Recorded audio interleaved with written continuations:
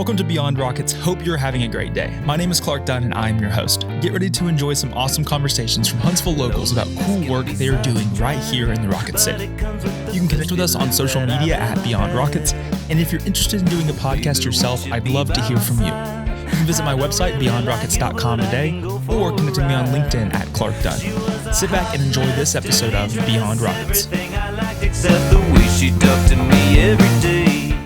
This episode is sponsored by Yellowhammer Brewing. Yellowhammer is a local craft brewery serving Huntsville for the past 14 years. They are known for their premium craft beers like their T-Minus and Rebellion, but what you might not know is they also offer spirits, wine, seltzers, and non-alcoholic drinks. Next time you stop by their location, try one of their seasonal cocktails made with the Gemini Bourbon or the Yellowhammer Vodka, or try this year's big hit Pineapple Punch Seltzer. You can find out more information about Yellowhammer Brewery by visiting their website, yellowhammerbrewery.com, or visiting their tap room located at Campus 805. Well, welcome to the podcast. Yes, I'm so excited. This is my first official podcast. First official podcast. Love it. Yes. Would you like to introduce yourself and we'll get started there? Sure. I'm Brandi Edmonds. I am the owner of the Wine Cellar in Huntsville on Whitesburg Drive. Awesome. And so your journey with the Wine Cellar started about 4 years ago.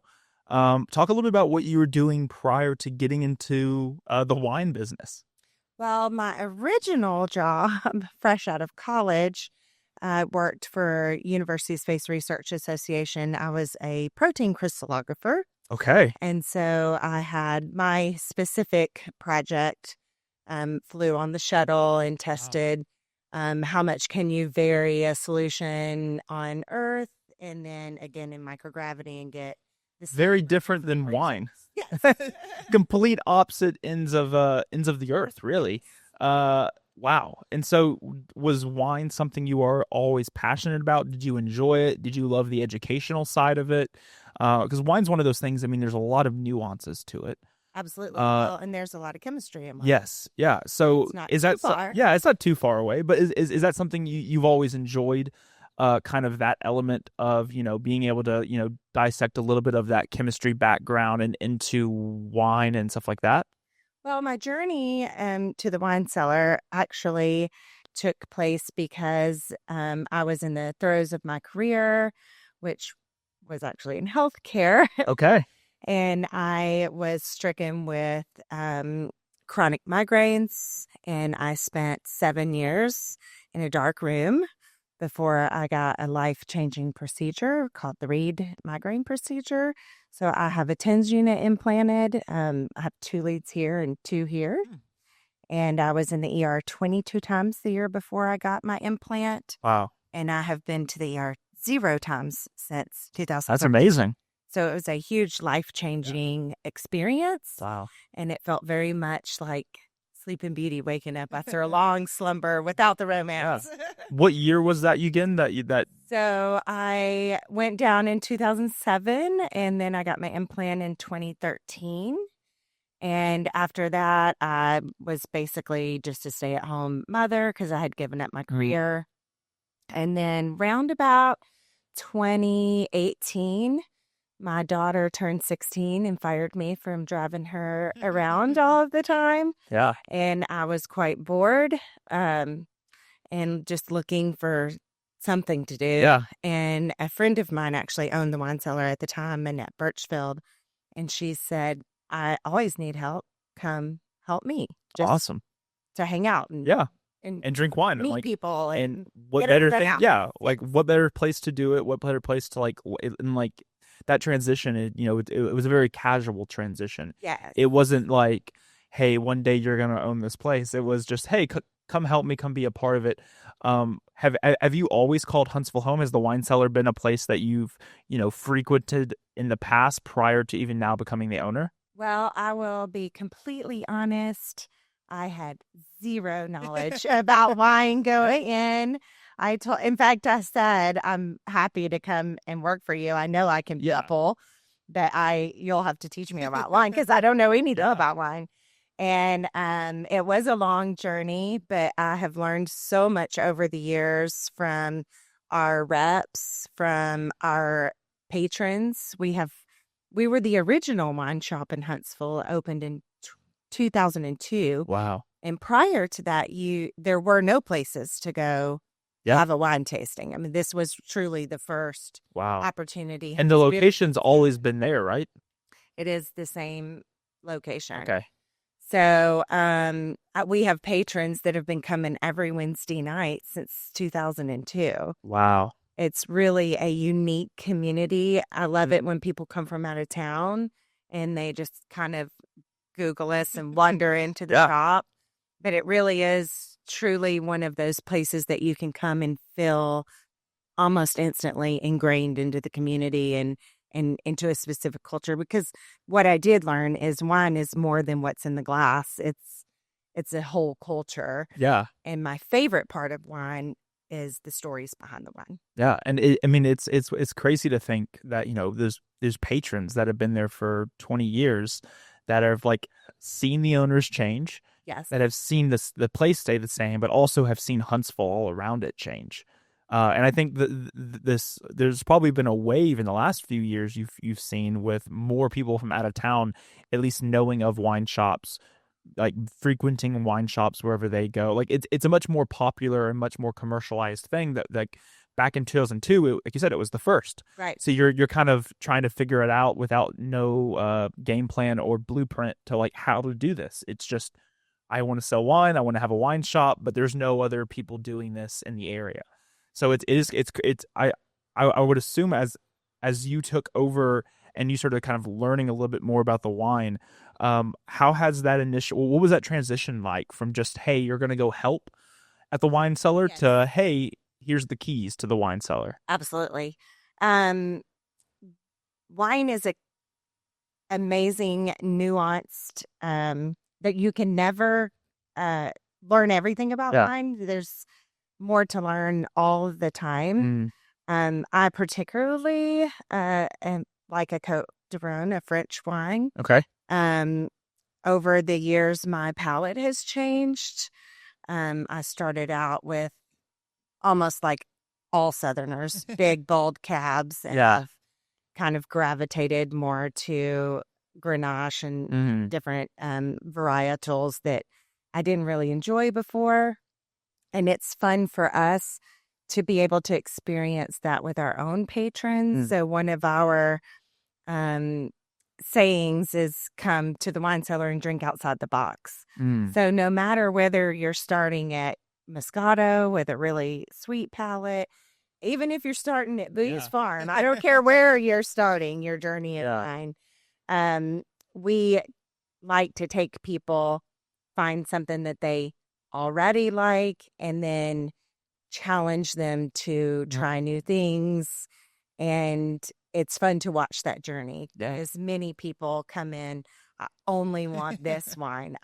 Don't show me anything I buy else. this wine every week at the store, and before you know it, they have many an assortment of new favorites. Or maybe they moved completely off of reds and they love really nice whites now, or maybe they hated reds and now they like them. So it is our mission to help people get outside of their box, and there's so much to choose from. Oh yeah, I mean, buying the same bottle you buy 100%. I mean, I love wine. I don't know anything about it, and so it's just kind of we'll have a bottle, my wife and I will, and it's like, ooh, I like this. We'll take a photo of it. And then as we start to like kind of build out what we like based on the things that we've had before, but there is so many nuances to it. Like it is hard to wrap your head around all the different things, and you can't. Yeah. Do you think this opportunity that you had just to like at least be at the wine cellar to help out there, do you think that was the only way that do you think that's the main cause of like you stepping outside of your comfort zones within wine? Is that you actually is that you got the experience and you got to see it and be a part of it on a daily basis? Absolutely. Yeah. And the wine cellar, we have tastings every Wednesday and Friday, and those are just walk in, no reservation, every Wednesday and Friday.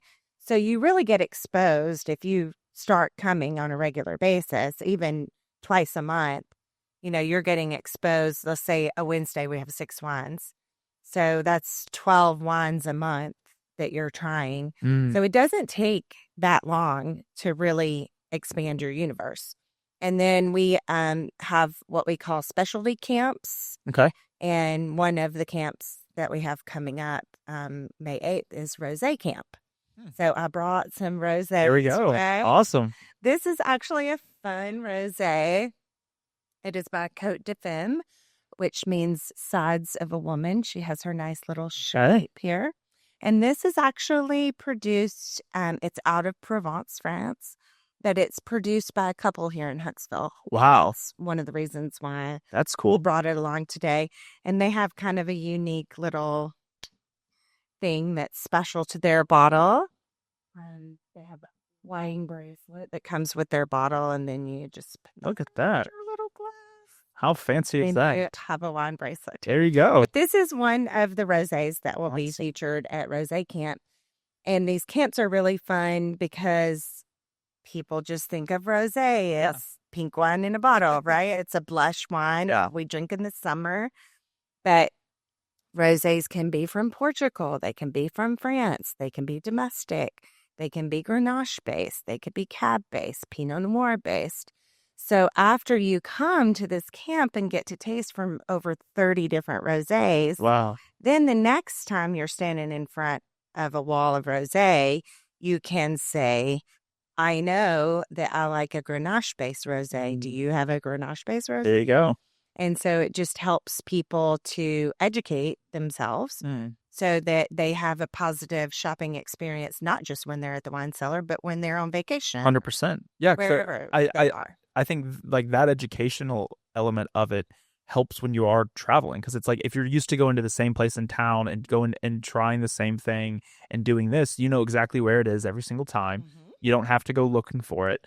And you know what you like because you know where it is. And if you go someplace that you've never been before, you know, you're not going to know where they put things. You're not going to know how they organize the things. So having that sort of education prior to, being on vacation or being wherever it might be, and going into a store, and you can kind of navigate it a little bit better. Yes. So as far as the wine cellar experience, the wine tastings are the Wednesdays and Fridays.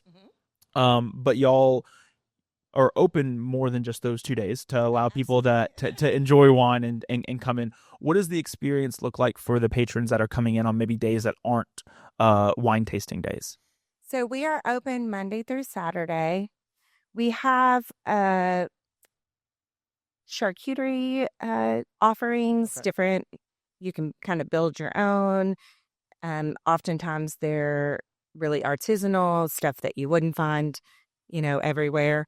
But we do not have a kitchen, so it's a very quiet place to come. Some people come and read a book and have a glass of wine. Some people come and work during the day, bring their computer, bring their lunch, have a glass of wine. We always have something open. So even if you're just coming in to purchase a bottle, you can sip while you shop. Let's say you like a Malbec, and we have a Malbec open, then we'll be like, hey, try this while you shop. See what you think about this, or what do you think about that? So even when you're just coming in to shop for a minute, there's still an opportunity to taste something new, meet someone new. My favorite thing that's happened to me since I own the wine cellar, because social media has changed. Yeah, so much. So much. And one time I had a lady come in from Austin, Texas, and she said, I am exploring places to retire. Okay. And Huntsville's in the running. That I follow you on Facebook. And the first place I wanted to come when I got here was That's Wine cool. Cellar. So she already felt included. She already felt like we were friends. Yeah, it wasn't like she was walking into a new place. Like it almost seemed as though she had been there before, even though she had never been in Huntsville or stepped into the building. She ended up spending 3 of her days of the week with us. Wow. That particular week, different things we had going on. And she just felt part of Huntsville by the time she left. Yeah, and I think that's the unique thing about the Wine Cellar, is that it is such a Huntsville staple, and that it's been here for 20 years, been in the same location, and so people that maybe even have come years back that are just traveling for the first time in a few years are like, oh, I remember the wine cellar's there because it's where it's been. It's always been there. When you made that transition to becoming owner, what were some of the things that maybe were a little bit harder for the transition that you weren't expecting, and what were some of the things that like you caught on so quickly and it was just like, I got this? I would say the biggest challenge for me is I don't ever want the wine cellar to become stale. I want people who have been coming for 20 years to have a unique experience. And so I have really worked hard to surround ourselves with what we call cellar associates that add to the value and maybe are able to step in places where I have deficiencies. Yeah. So one of our cellar associates, Sharon Houghton, is a level 2 WSET, which is similar to the SOM program. Okay. She was an executive chef. She just has an amazing knowledge of wine. So she has been able to take over Wednesday nights, which I felt like were a little haphazard, and we're picking wine, a couple of days before, if not the day of, And so now those are much more themed. You're going to get a much more comprehensive education while you're tasting. So that's something that we've changed. I wanted to expand the music on Friday nights. That's become really special. Josh Allison plays there. We have such great talent. Yeah, 100%. Really amazing. The music talent, we were talking about a little bit about music of some of our favorite artists that I actually had in the studio prior, but that I think the Huntsville talent for music has also just, it's gone leap and bounds above what it used to be, and it's continuing to grow. There's so many amazing talents, and like I feel like it makes your job a little bit easier finding talent because there's so much more to choose from, and you can kind of pick and choose the kind of artists you want based on the night that you're wanting to create, and you kind of tailor the music to fit that. Which is interesting that you bring that up, because we do want to create a conversational music environment. I like to call the Wine Cellar a grown-up good time. There's so much for young people, but we really, not that we don't have young people that come and absolutely enjoy it, but our music starts at 6:30. It's 6:30 to basically 9. So it's a place where you can come, get your night started kind of early, still be home to relieve the babysitter or catch your favorite late time show or whatever. So that's something that I think it's easy to get to. It's easy to access. Yeah. So I think it's just a really good place for that kind of middle-aged crowd. That's negative for some reason, but anyway, I like to say it's a grown-up good time. Yeah, I think as social media's changed, as Huntsville's changed, you are figuring out ways to change up a little bit of the way that you do things at the Wine Cellar to attract sometimes, depending on the event, a younger audience, because like social media does that. I think more and more people are looking for things to do based on social media. Absolutely. And so creating a presence on a digital presence that attracts those kinds of people, those are the patrons that are going to be able to be with you for 20 years because they're starting in their 30s. Yes. Or they're starting in their late 20s or whatever it might be, and you get to see them grow with their families too, which is a very unique thing, because some of those patrons I would assume that came in 2002, their families grew while they were a patron, and now they're either retired or whatever, are about to retire. Their kids are older, they have grandkids, and you're seeing that next wave of people come in. Absolutely. And so as we're sitting here in I guess end of April 2025, what does the rest of 2025 look like for the Wine Cellar? What are some things that people could expect to see, things you're hoping to do, and all of that? Well, of course, I already mentioned, and I'll plug one more time, we are having Rosé Camp on May the 8th. Definitely want to come out to that. It's 5 different tables, 5 different representatives there to help you learn, educate you. We have really worked on our Cellar Club this year. We want to create a different experience than maybe some of the other, clubs around town.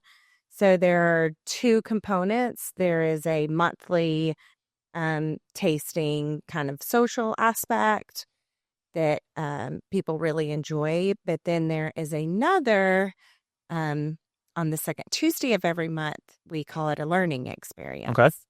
So because I love chemistry and I have that background, one of the things that we did recently was we had a blending class. So we had little beakers, and so Bordeaux's are famous for being a blend of the 5 major grapes. So we took mainly Cab and Merlot. So one side of Bordeaux is Cab heavy, one side of Bordeaux is Merlot heavy. So we started there, but then we blended in some of the other grapes and just little bits to see how that would change the flavor profile, the viscosity. And so by the end of that event, people were able to say, I like a left bank Bordeaux blend. That's cool. Right bank Bordeaux blend. And it's a unique experience that you wouldn't get really anywhere else. Correct. And I mean, I think in a town like Huntsville, that the chemistry science element adding into wine was probably a pretty big hit, because everybody in town is an engineer of some kind. Things. Yeah, we like to learn things. We're always curious, even if it's not in the engineering or science field or medical field. There's always like that continual eagerness to learn. So I feel like that partnership with wine and learning is quite a unique way to bring in the public and bring them into new and unique events that maybe they never would have come to unless you did that. And we're trying to make it 1, fun, 2, tasty, and 3, a different experience. So, like we had our blending class. Sometimes we have a Zoom guest. We have Zoomed in with Michael Honig, Gary Eberly, who created the entire AVA of Paso Robles. So that gives us access to people who maybe would not fly here. And then we have part of it is in person. So this month we did volcanic wines. Okay. What's unique about a volcanic wine? Where are volcanic wines grown? What does that do to the wine? What makes it special? So we're just really trying to help people to learn more about wine in a fun, engaging way that's also not intimidating. Yeah. I don't want anybody to ever be intimidated by trying to, because there's a stereotype of talking over everybody's head. And I think that like that the barrier to entry sometimes can feel high for people getting into wine, especially if they're younger and they're trying, like myself, trying to get into wine. It's like there's like this weird, like, is it something that I can should know I should learn about now, or do I need to wait till I'm old? Like, it is, you have all these things. It's just kind of this preconceived thought process around wine and kind of the experience and who drinks it and all of that. And so you're trying to kind of break down those barriers and say, hey, wine's for everybody. Like, if you know nothing, if you know everything, if you know it's somewhere in between, the Wine Cellar is a place for you. So we've talked a lot about You did that really well. I know. I was like, maybe that should be y'all's tagline. I'll have to look back through, and then I'll sing it. Interviewing you for the Wine Cellar. Yeah. So we've talked a lot about the events. We talked a lot about the location and social media. Kind of where can people, if they like it, what's the website they can go to, social media links, all of that, so they can find out, depending on when this episode airs, they can find out what events are coming up soon and who's playing music this weekend. All of our handles, as the young people say, are the Wine Cellar Huntsville. Okay. So Instagram, Facebook, website, It's all the Wine Cellar Huntsville, which makes it really easy to find us. Perfect. The best thing that you can do is join our email list, come in to the shop, and we have a sign up, and then every week you'll get a weekly email that says, here's what's going on. on. This is what Sharon's doing on Wednesday. This is who's playing on Friday. Sometimes we have brunch on Saturday. Okay. Gray's Charcuterie Company is actually in our building. So we'll pair up together and do Saturday brunches. Awesome. We have First Thursday Jazz Night. So we always have something going on. Awesome. Yeah. And Wine Cellar.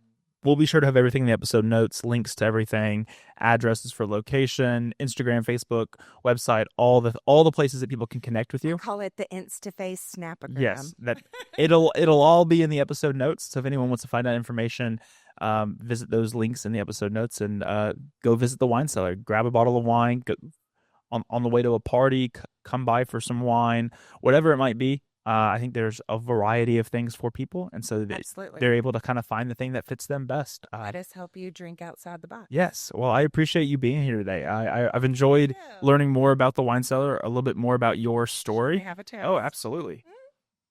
Cheers. To Huntsville and beyond the rocket.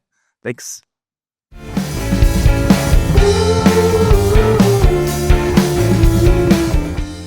Thank you so much for listening to this episode of Beyond Rockets. Don't forget you can subscribe to the podcast wherever you listen and on YouTube at Beyond Rockets. Be sure to follow me on Instagram at Beyond Rockets to stay up to date with new episodes as they are released. Thank you so much for listening, and I hope you enjoyed.